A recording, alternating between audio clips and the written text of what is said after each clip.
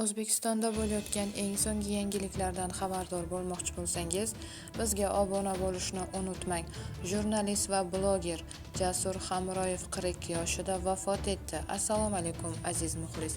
Agarda bizning kanalimizda mehmon bo'lsangiz, bizga obuna bo'lishni hamda videolarimiz ostida bir dona like tugmasini bosib qo'yishni unutmang. Jurnalist va bloger Jasur Hamroyev 42 yoshida vafot etdi. Bu haqda Munisa Rizayeva o'z sahifasida yozib qoldirdi. U 1983-yilda Buxoroda tug'ilgan. Internet jurnalistikada eng birinchilardan bo'lib asos solgan. Shov-shuv loyihasi asoschisi va bosh muharriri bo'lgan.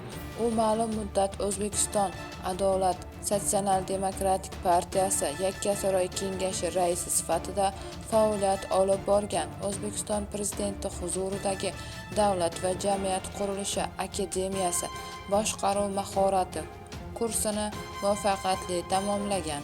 So'nggi vaqtda o'z bloglarida shou-biznes yangiliklari bilan bo'lishib borardi. Jasur Hamroyev qand kasalligi tufayli vafot etgani aytilmoqda. Blogerning oila a'zolariga hamdardlik bildiramiz. Bu xabarni barcha do'stlarimizga jo'natib qo'yamiz.